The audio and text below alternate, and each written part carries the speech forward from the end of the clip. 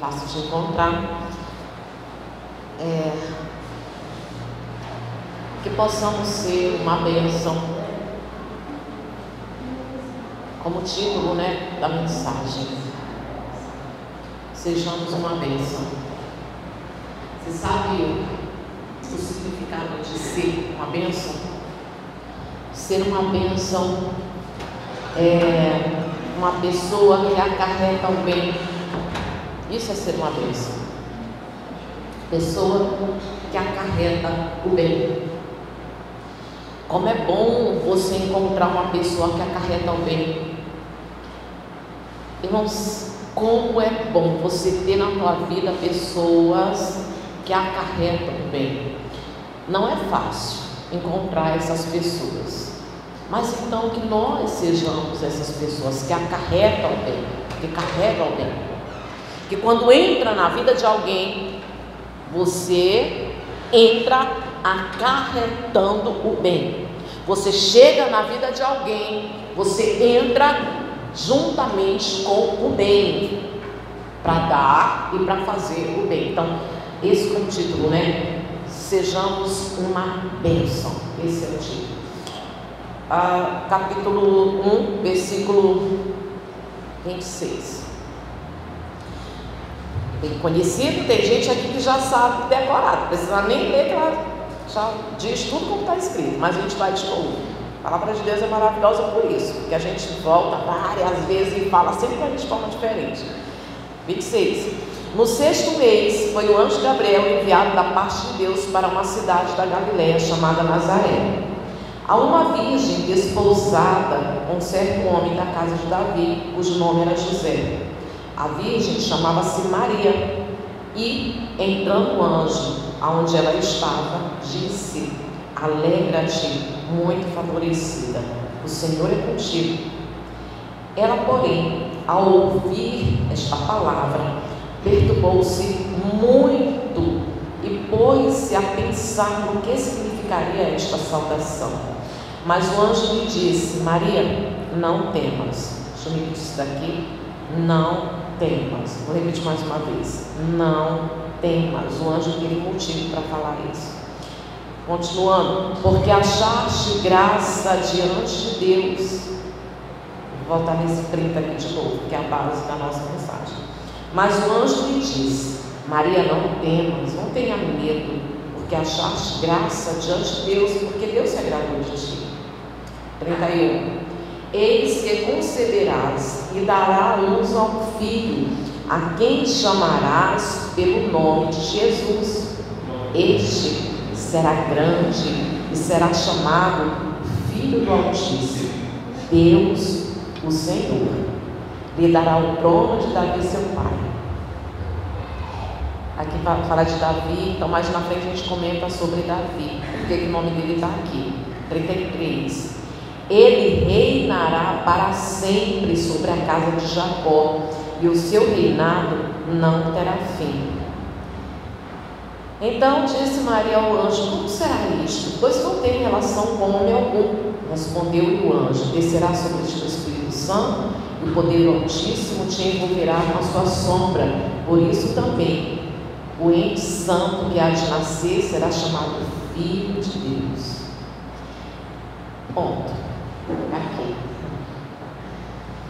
Como será que... Por que o anjo disse não temas, não tenha medo? Porque quando Deus, Ele escolhe Maria, e Ele se agrada em usar Maria, ela não tinha nada que eu ou você pudesse, digamos, naquela época, julgar que ela seria a escolhida para ser uma bênção, para acarretar o bem, para ser uma bênção. Porque nobre não era, ela não tinha riqueza, ela não tinha um nível de educação, não tinha inteligência, estudo, ela não tinha herdade, ela não tinha nada, muito pelo contrário. contrário, não tinha maturidade, digamos assim, não era madura, ela era uma adolescente, uma jovem, simples, camponesa, e vivendo a sua vida normal, não era perfeita, tanto que em nenhum momento a Bíblia, ela nos orienta a adorar Maria. Não era perfeita, ela era uma pessoa simples, uma pecadora, vivendo na sua simplicidade. E de repente o anjo fala para ela que a vida dela vai mudar radicalmente. Para uma adolescente, o que significa as palavras daquele anjo? Significa que uma adolescente que não é casada agora vai aparecer grávida, correndo o risco de julgamentos, de críticas.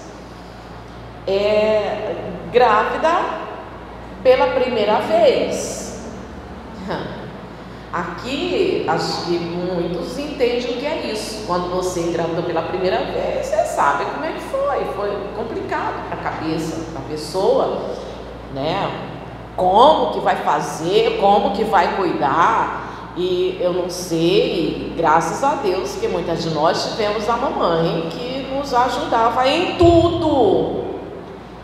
E algumas de vocês puderam acompanhar a gravidez de uma filha, né, que a primeira gravidez muito nova, de repente grávida, e você sabe como é, então podemos imaginar como ficou a cabeça de Maria. Primeira gravidez, ela não tem experiência nenhuma para criar um filho. Está entendendo, Adélia? Não tinha experiência nenhuma para criar um filho. Agora, ter um filho, gerar um filho pela primeira vez, filho, Deus, aí pronto. Imagine eu e você, como nós ficaríamos. Primeira gravidez, adolescente, ter que cuidar do filho, Deus. Ou seja, eu vou ser mãe do Filho de Deus, eu vou ser mãe do Deus em carne. Logicamente, ela ficou tomada de medo, a vida dela ia mudar completamente. Agora tem uma nova vida e o anjo traz para Maria também problemas. Eu vou repetir isso aqui: o anjo traz para Maria também problemas, ela vai ter que enfrentar problemas. E essa escolha, Deus se agradou de ti entre tantas mulheres, e haviam pessoas nobres, haviam mulheres com herdades, com cultura, com educação. A educação, acho que você está entendendo no que sentido que eu estou falando. Mas ele se agrada de uma menina simples, camponesa, que não tinha absolutamente nada, que eu e você olharíamos para ela e a gente não ia ver nada de diferente, nada de especial nela. Mas como Deus, ele olha diretamente para o coração, Deus encontrou no coração dela uma confiança genuína, a ponto de o anjo falar para ela: não temas, não precisa ter medo, e ela se colocar à disposição: eis aqui a serva do Senhor. A ponto de ela se dispor para ser uma bênção. E para a gente ser uma bênção, entrando ainda nesse assunto, alguns pontos principais, que não são só esses aqui, mas eu acredito que esses aqui são os principais. Primeiro, buscar preparo espiritual. Irmãos, por que a gente está nesse assunto? Porque eu volto a dizer, irmãos, como é bom ter pessoas, ter uma pessoa que é uma bênção na vida da gente. Como é bom ter alguém na vida da gente. Como é bom você ter um marido que é uma bênção. Jesus amado, quem tem sabe. Como é bom você ter uma esposa que é uma bênção. Maravilhoso isso. Como é bom você ter um filho que é uma bênção. Eita Jesus, que bom. Então sejamos uma bênção. sejamos uma bênção. Para que o teu marido tenha uma bênção, para que a tua esposa tenha uma bênção, para que os teus filhos tenham uma bênção, para que os teus pais possam dizer: meu filho é uma bênção. Inclusive aquelas pessoas que não moram na tua casa, dentro com você, a gente vai entrar nesse versículo que fala isso, mas que é da tua família, que conta contigo, apesar de estar distante, mas ter aquela segurança de que tem alguém na vida dele, na vida dela, que é uma bênção, que acarrega o bem. Pontos principais: buscar preparo espiritual. Buscar preparo espiritual é através da consagração, através da oração, que a gente já sabe, né? E a busca, né, pela presença de Deus. 2, a orientação do Espírito. Sempre buscar a orientação do Espírito, buscar ser guiado pelo Espírito. A disposição. 3, ou seja, 4, a dedicação nas pequenas coisas, ou seja, fazer, se colocar para fazer pequenas coisas que, olha, irmãos, é uma coisa tão séria isso, que o próprio Jesus, ele fala que quem não presta para nada, quem não serve para nada, quem não serve para abençoar outra pessoa, quem não serve para ser usado por Deus, serve para o fogo,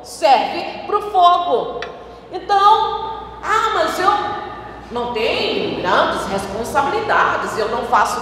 Pelo menos se dedique nas pequenas coisas. Isso já é um começo para quem quer ser uma bênção.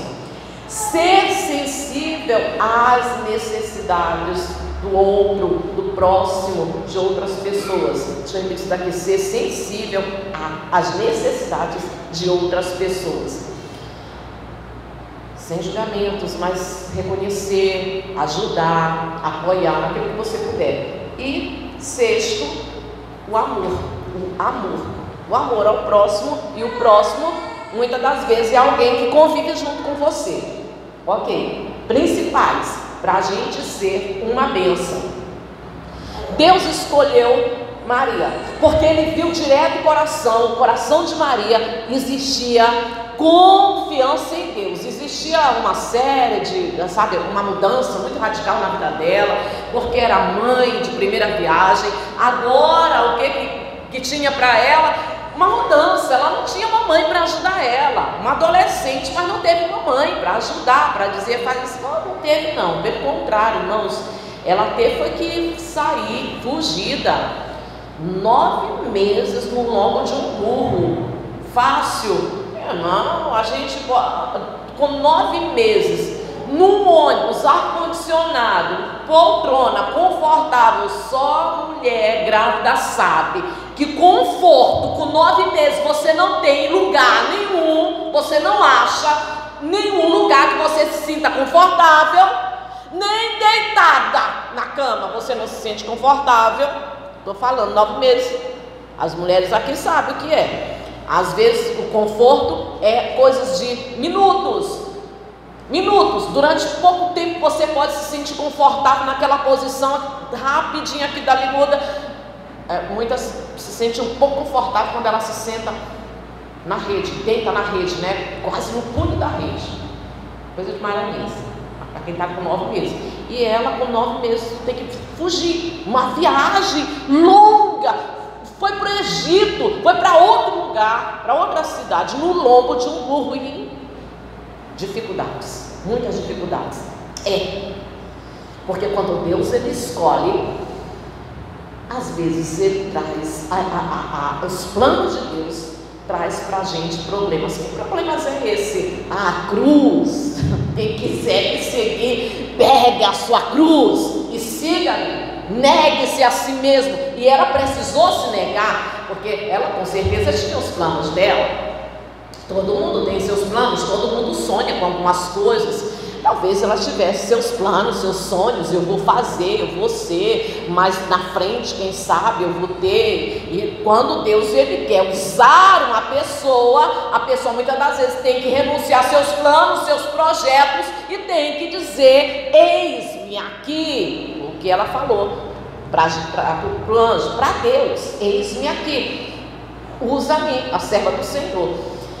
E qual o nível dela? Nenhum nível que pudesse eu e você escolher, mas sempre foi assim, sempre foi assim. Assim foi com Davi também. Davi não tinha nada, Davi não tinha aparência, Davi não era ninguém, era de família humilde. Davi não era. E você vê o nome de Davi aqui: dará o trono do seu pai Davi, e o seu reino nunca terá fim. Mas o que Deus encontrou em Davi é o que Ele quer encontrar dentro de nós, para que a gente seja uma bênção, que é uma espiritualidade genuína, uma confiança pura em Deus. Confiança pura, irmãos, que é lógico, né? Quando eu falei preparo espiritual vem pela busca, vem pela oração, vem pela dedicação às coisas de Deus. E essa dedicação, essa vida que a gente constrói com Deus, através da oração, através da leitura da palavra, da busca, da dedicação, de ouvir a igreja, ouvir a pregação, essa vida que a gente constrói com Deus, como a gente falava no domingo, que conquista uma certa intimidade, uma comunhão, uma vida com Deus, isso deve dar para a gente uma confiança tal que não existia no coração de Adão e Eva. Não existiu no coração de Eva principalmente, porque a serpente vem e começa a fazer uma pergunta, e aí vem um monte de interrogação. Na nossa vida não deve ter interrogações. Será que eu sou de Deus? Será que Deus tem um plano para mim? Será que Deus está na minha vida? Mas eu não estou sentindo Deus, mas o tempo está difícil, é só sofrimento. Será que Deus me abandonou? Será que... Não, irmãos, entenda, a vida que a gente constrói com Deus deve dar para a gente uma confiança no que Ele diz, não no que a gente sente. Deixa eu repetir, a confiança é no que Ele diz e não no que a gente sente. Ele falou, Ele é digno de confiança, então não tem interrogação nenhuma na mente da gente. Na cabeça da gente não existe interrogação, porque Ele falou, nós confiamos na palavra dEle, ponto. Amém? Eu vi algumas coisas que eu marquei. Como diz, Ele escolheu ela, como diz a palavra de Deus, e Ele sempre fez assim, né? Escolher.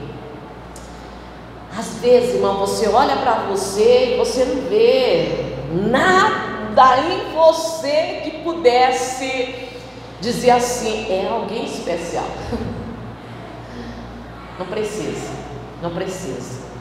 O que Deus Ele quer encontrar no teu coração? Sinceridade. Um desejo sincero de agradar a Deus, e foi nisso que Davi se destacou. O que mais destacou Davi era exatamente que ele tinha uma preocupação. Ao contrário de Saul, a preocupação, a vontade de Davi era de fazer a vontade de Deus, era de agradar o Senhor, e ele levava com ele essa preocupação, não com as pessoas, não com fulano, não. A preocupação de Davi não era de agradar os pais dele, não era de agradar o rei, não era de agradar a esposa. A preocupação de Davi estava concentrada em agradar a Deus. Foi isso que fez com que Deus o escolhesse, para ele ser uma bênção. E é o que nós queremos ser, né? Uma bênção. Coríntios capítulo 1. 1 Coríntios capítulo 1.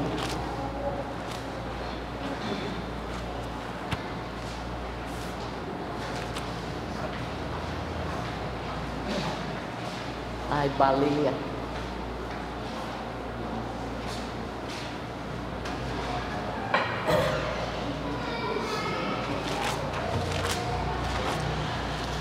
E sempre foi assim, de maneira que a gente já conhece daqui também,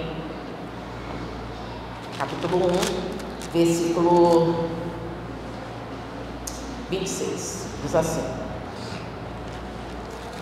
dentro do que a gente está estudando, olha só: Irmãos, reparai, pois, na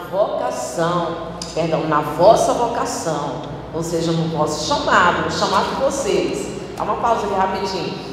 Eu tenho certeza que você sabe que você foi chamado por Deus. Você sabe que você foi chamado por Deus, você sabe que não está aqui à toa. Se dependesse de nós mesmos, a gente ia caminhar para o inferno sem saber, porque a gente pensava que amava a Deus, pensava que estava tudo bem. Mas o que aconteceu? Nós fomos chamados por Deus para ter intimidade com Deus, para ter comunhão com Deus, para estar aqui nos preparando para aquilo que Deus quer fazer através de cada um de nós. Então, ele diz assim: repara na vocação de vocês. Ele está falando comigo, ele está falando com vocês. Repara na vocação de vocês. Olha só, irmãos, reparai, pois, na vossa vocação, visto que não foram chamados muitos sábios segundo a carne, nem muitos poderosos, nem muitos nobres de nascimento. Dá uma pausa aqui rapidinho. A gente quase não tem, irmãos, é uma coisa muito rara você ver uma celebridade se converter. E quando uma celebridade se converte, aquele alvoroço, né? Nossa, glória a Deus e tal. E aí, olha o que acontece. Às vezes, algumas igrejas se empolgam com a conversão daquela celebridade, porque é uma pessoa famosa, porque tem muitos seguidores, porque é alguém que tem visibilidade, é alguém que tem muitos fãs, é alguém que tem notoriedade, é alguém que chama a atenção. Então começa a andar com a pessoa para cá e para lá, a mostrar aquela pessoa, que é para poder chamar a atenção de outras pessoas. Olha só quem se converteu, olha só quem está na nossa igreja. E às vezes anda com a pessoa para lá e para cá, bota em cima do altar, muitas das vezes até dá cargo para a pessoa, coisa que a Bíblia condena. A gente dá cargo para neófito, para novos convertidos. E aí o que acontece? Acontece o que a gente vê por aí, que muitas vezes já aconteceu e você sabe, né? Os famosos, muitos deles não demoram muito tempo, acabam voltando, caindo, se desviando, e aí quem andava com ele para lá e para cá é que fica na vergonha. De fato, o que Paulo está dizendo é muito verdade. É muito difícil você ver alguém de fama, inteligente, rico, que é conhecido, se converter de fato e de verdade, aquela conversão genuína e ser uma bênção. É muito raro. Mas quem são os chamados? Quem são? Ao contrário dos famosos, é chamado quem? Você. Que você olha para você e diz assim: eu não sou nada, eu não sou ninguém, eu não sei falar, eu não sei pregar, eu não sei cantar, eu não sei. E muitos de vocês, apesar de dizer que não sabe fazer nada, mas vive se metendo para fazer uma coisinha aqui e outra ali, porque você é chamado. E continuando, 27. Pelo contrário, Deus escolheu as coisas loucas do mundo para envergonhar os sábios, e escolheu as coisas fracas do mundo para envergonhar os fortes. Dá uma pausa rapidinho. E quantas vezes você não deve ter dito isso? Eu sou uma pessoa tão fraca. Quem não falou? Quem? 28. Eita Jesus. 28. E Deus escolheu as coisas humildes do mundo, e as desprezadas, e aquelas que não são, para reduzir a nada os que são, a fim de que ninguém se vanglorie na presença de Deus. Aleluia. Ai, como isso é gostoso. Sério, como isso é gostoso, porque a gente sei fazer, eu sou fraco, eu sou uma pessoa eu não sei fazer nada, eu tenho as minhas fraquezas. Ninguém imagina sabe o quanto eu sofro, o quanto eu choro. Sim, o quanto eu sofro, o quanto eu choro.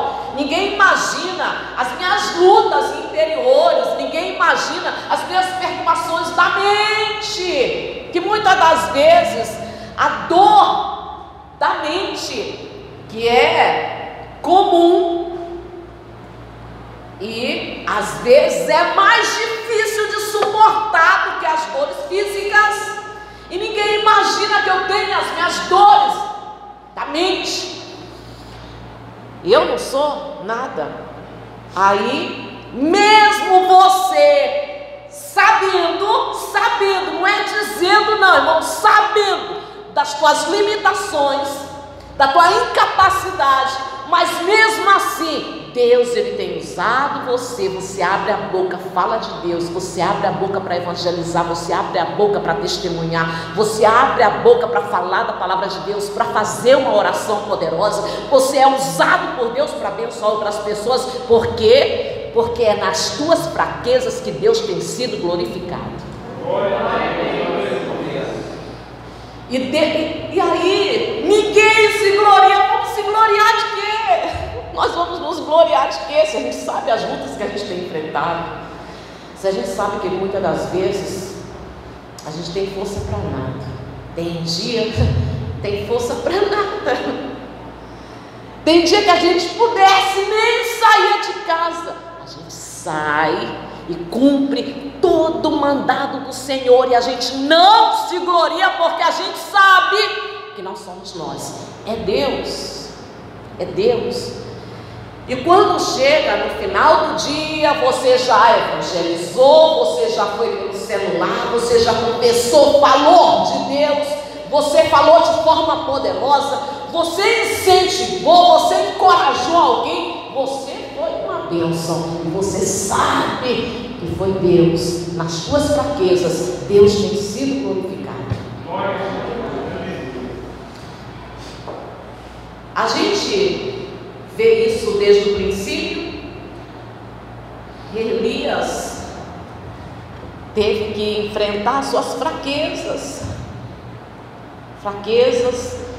e comprovadamente por todos os sintomas que a gente encontra na Bíblia, a sua depressão, mas foi um homem muito usado por Deus, e sempre foi assim, Deus usando os pequenos, usando os fracos, usando os frágeis, usando os simples, usando aqueles que dizem que não são, para que através dessas pessoas, Ele mesmo receba a glória, através dos pequenos, fracos e frágeis, como Elias, que foi uma pessoa com as suas lutas, com as suas limitações, com as suas fraquezas, e nós encontramos muitos outros, como Jonas, como tantos outros, e a gente encontra isso lá do comecinho. A gente pega aqui personagens bíblicos e a gente encontra pessoas bem perto da gente, que viveu perto da gente, que marcaram o seu tempo, que durante o tempo que eles viveram aqui nessa terra, eles fizeram história, irmãos. Entre eles, fechando aqui a mensagem, né? Entre eles, o Spurgeon, a maioria aqui sabe quem é, Charles Spurgeon, C.S. Lewis. Foram dois grandes pregadores que marcaram o tempo, que até hoje os seus livros, as suas pregações levantam o abatido, sim, até hoje. Mas foram pessoas que enfrentaram depressão. No caso de Lewis, C.S. Lewis, durante muitos anos ele foi ateu. Aos 33 anos, se não me engano, aos 33 anos ele se converteu e começou a servir a Deus, mas quando a sua esposa Joy veio a falecer, aí ele se tornou uma pessoa depressiva, mas muito usado por Deus. Sério, irmãos, um homem muito usado por Deus. Irmãos, quantas palavras que esse homem, durante o tempo que ele viveu aqui nessa terra, ele falou que até hoje levanta cristãos. Mas desde que a sua esposa morreu, ele não foi mais a mesma pessoa. Spurgeon pregava para milhares de pessoas, um lugar lotado, a palavra certa, milhares de pessoas. Quando de repente começa um alvoroço e alguém grita fogo, nisso foi 7 mortos e 28 pessoas gravemente feridas durante a pregação de Spurgeon.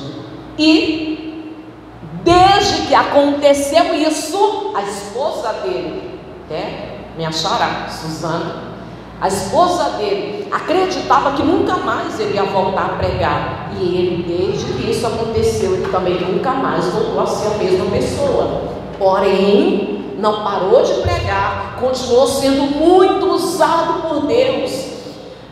O fato de você servir a Deus, viver os planos de Deus, você pode ter certeza, irmãos, que isso não vai te isentar de dores, de problemas, da tua fraqueza, de sofrimentos, porque enquanto você estiver aqui nessa terra, você está no mundo caído, sujeito a dores, a perdas, a lutos, a sofrimento, a dificuldades, a problemas, a tudo isso. Mas mesmo em meio a tudo isso, você foi chamado para ser uma bênção.